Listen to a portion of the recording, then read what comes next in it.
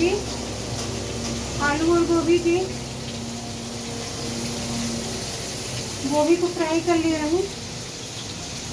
अब आलू फ्राई कर रही हूँ विदाउट रखने कर रहा हूँ।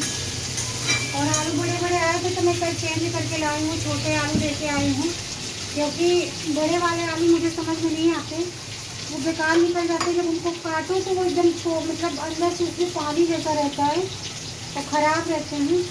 जैसे मैं खराब हूँ, मुझे गुस्सा आ रहा है नैन्सी के ऊपर। नैन्सी जैसे सब्जी काटने चली वैसे ही मैंने पेज देखा, इतना गंदा मुँह बनाई थी, और चाहे अभी बना दो तो पूरा पेट चाट जाए खाते।